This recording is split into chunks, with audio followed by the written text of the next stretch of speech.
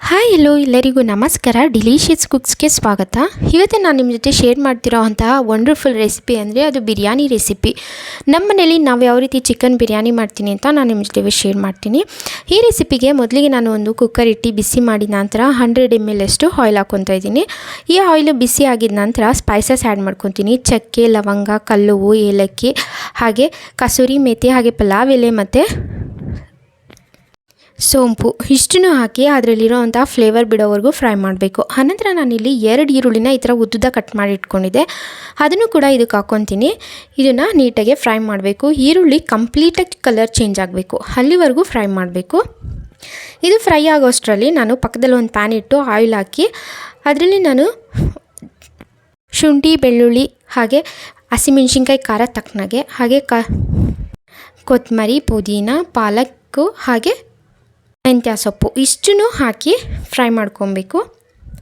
ಇಲ್ಲಿ ನೋಡಿ, ಎಣ್ಣೆಯಲ್ಲಿ ಫ್ರೈ ಆಗಿದ ನಂತರ ಎಷ್ಟು ಕಡಿಮೆ ಆಗಿದೆ. ಇದು ತಣ್ಣಗಾದ ನಂತರ ಮಿಕ್ಸಿಯಲ್ಲಿ ನೀಟಾಗಿ ನುಣ್ಣಗೆ ರುಬ್ಕೊಬರಬೇಕು. ಈ ರುಬ್ಬಿರೋಂಥ ಮಿಶ್ರಣನ ಈ ಕುಕ್ಕರ್ಗೆ ಹಾಕ್ಕೊಂಡು ಮಿಕ್ಸ್ ಮಾಡ್ಕೊತೀನಿ. ಇದರಲ್ಲಿರೋ ಹಸಿ ಸ್ಮೆಲ್ಲೆಲ್ಲ ಹೋಗಬೇಕು. ಹೀಗೆ ಸುತ್ತ ಎಣ್ಣೆ ಬಿಟ್ಟಿದ ನಂತರ ಚಿಕನ್ ಹಾಕ್ಕೊತೀನಿ. ಇಲ್ಲಿ ನಾನು ಅರ್ಧ kg ಚಿಕನು ಹಾಗೆ ಅರ್ಧ kg ಅಕ್ಕಿ ಇಷ್ಟು ಎರಡೂ ಸಮ ಪ್ರಮಾಣದಲ್ಲಿ ಹಾಕ್ಕೊಂಡಿದ್ದೀನಿ.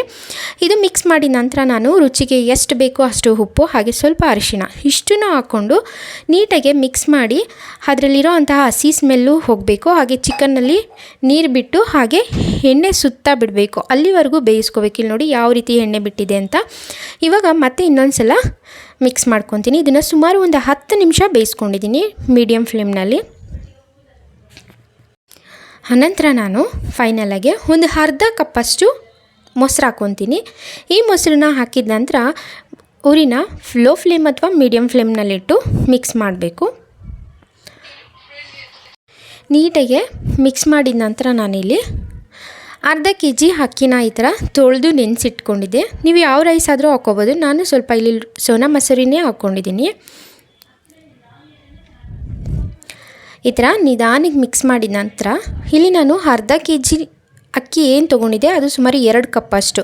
ಆ 2 ಕಪ್ಪಿಗೆ 4 ಕಪ್ಪಷ್ಟು ನೀರು ಹಾಕ್ಕೊಂಡಿದ್ದೀನಿ. ಅದಕ್ಕೆ 1 ನಿಂಬೆಹಣ್ಣಿನ ರಸ ಹಾಗೆ ಚಿಕನ್ ಮಸಾಲ, ಈ ಚಿಕನ್ ಬಿರಿಯಾನಿ ಮಸಾಲ ಇದನ್ನು ಒಂದು 2 ಟೀ ಸ್ಪೂನಷ್ಟು ಹಾಕಿ ನೀಟಾಗಿ ಮಿಕ್ಸ್ ಮಾಡ್ಕೋಬೇಕು.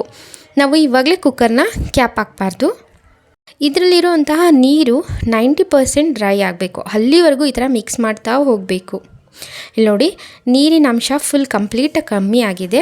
ಇವಾಗ ನಾನು ಕುಕ್ಕರ್ ಕ್ಯಾಪ್ ಹಾಕಿ ಲೋ ಫ್ಲೇಮ್ನಲ್ಲಿ 5 ಮಿನಿಟ್ಸ್ ಬಿಡ್ತೀನಿ. ಹಾಗೆ 5 ಮಿನಿಟ್ಸ್ ಆಗಿದ ನಂತರ ಆಫ್ ಮಾಡಿ ಇದು ತಣ್ಣಗಾದ್ಮೇಲೆ ಈ ಥರ ಸರ್ವ್ ಮಾಡಿ ತೋರಿಸ್ತಿದ್ದೀನಿ. ಯಾವ ರೀತಿ ಬಂದಿದೆ ಅಂತ ಕಮೆಂಟ್ ಬಾಕ್ಸಲ್ಲಿ ಕಮೆಂಟ್ ಮಾಡೋದನ್ನ ಮರಿಬೇಡಿ. Thank you so much.